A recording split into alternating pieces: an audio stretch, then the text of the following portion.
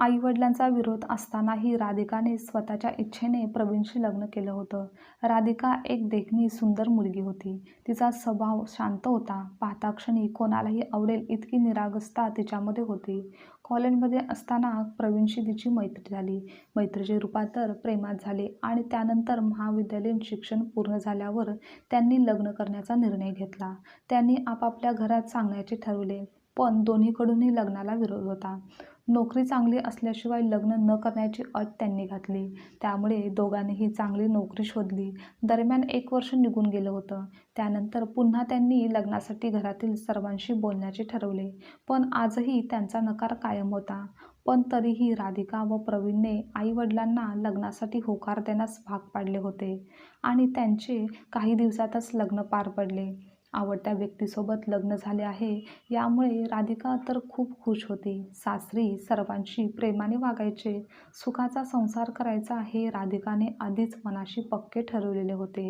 हीच भावना कायम ठेवून ती सासरी वावरत असायची. सकाळी घरातील कामे आवरून ऑफिसला जायची. पुन्हा संध्याकाळी आल्यानंतर घरातील कामात मदत करायची. पण तरीही तिच्याशी कोण फारसं नीट बोलत नसायचे. प्रवीणचे वागणेसुद्धा खूप बदललेले होते. तोही राधिकाशी फार कमी बोलायचा किंवा मग कामापुरताच बोलायचा असे. त्यामुळे राधिकाला अजूनच एकटेपणा जाणवत होता. इकडे माहेरी आईला फोन करून तिच्याशी बोलायचं म्हटलं तर तीसुद्धा लग्न झाल्यापासून एक अंतर ठेवून वागायची. कारण हे लग्न त्यांच्या मनाविरुद्ध झालेलं होतं. राधिकाच्या आई-वडिलांची अशी इच्छा होती की त्यांच्या मुलीचे लग्न त्यांच्या पसंतीनुसार व्हायला हवं होतं. पण प्रत्यक्षात तसं काही घडलेलं नव्हतं. त्यामुळे तेही थोडे रागातच होते. राधिकाला सर्वात जास्त या गोष्टीचे वाईट वाटत होते की प्रवीण तिच्याशी लग्न झाल्यापासून खूप विचित्र वागायचा.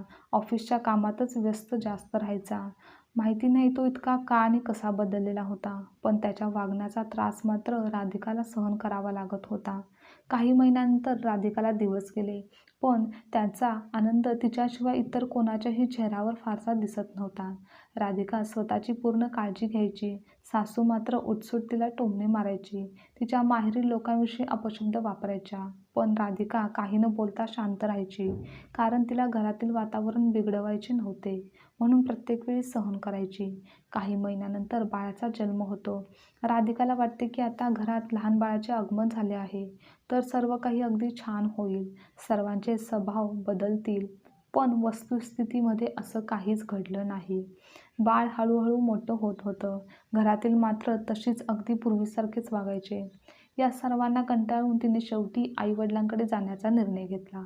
खरं तर तिला आई-वडिलांकडेही जायचे नव्हते. कारण ते सुद्धा काही फारसे वेगळे वागत नव्हते.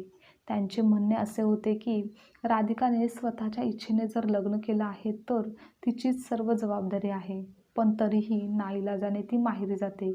तिला पाहून कोणालाही फारसा आनंद होत नाही. सर्वजण तिच्याकडे आश्चर्याने पाहतात आणि विचारतात की तू इथे कशी काय करत आहेस. त्यानंतर राधिका सर्व काही सांगते. पण तरीही वडील म्हणतात ते काय नाही, तू तुझ्या सासरी निघून जा. पण राधिका तेथे राहण्याचा हट्ट करते आणि आई बोलते राहू द्या तिला इथे थोड्या दिवसांसाठी. मग राधिका तेथे राहते. बाळाकडे लक्ष देण्यास सांगून ती ऑफिसला पण जात असते. तेथे माहेरीसुद्धा सासरप्रमाणेच तिला सर्व घरातील कामे आवरून जायला लागायचे. संध्याकाळी येऊन पुन्हा कामं करायला सुरुवात करायला लागायची. पण तरीही आई-वडील बोलायचे, आमचे आता वय झाले आहे, तर बाळ सांभाळणे आम्हाला जमत नाही. स्वतःच्या इच्छेने केलं आहे लग्न तर सासरी का राहत नाहीस? त्यांना काय जबाबदारी आहे की नाही का आम्हालाच फक्त त्रास द्यायचे ठरवलेले आहे? आता इतके दिवस झाले तरी जायचे ना सासरी, येथे कशाला राहायचं? राधिकाला माहेरी येऊन 1 महिना झाला होता. पण प्रवीण साधा एक फोन करून सुद्धा बाळाची किंवा तिची चौकशी त्याने केली नव्हती. जणू काही त्याला काहीच फरक पडत नाही.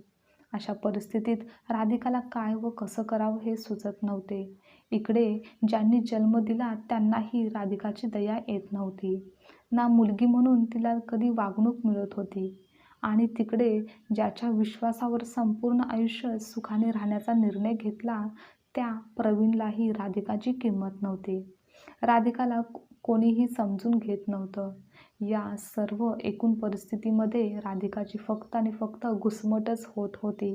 कारण माहेरचा आधार नव्हता, ना तिला नवऱ्याचे प्रेम, किंमत मिळत नव्हती. राधिका खूपच जास्त तुटत चाललेली होती. तिचे हे दुःख तिने तिच्या जवळच्या मैत्रिणीला जेव्हा सांगितले, तेव्हा तिलाही खूप वाईट वाटले आणि 1,00,000 मोलाचा सल्ला तिने राधिकाला दिला.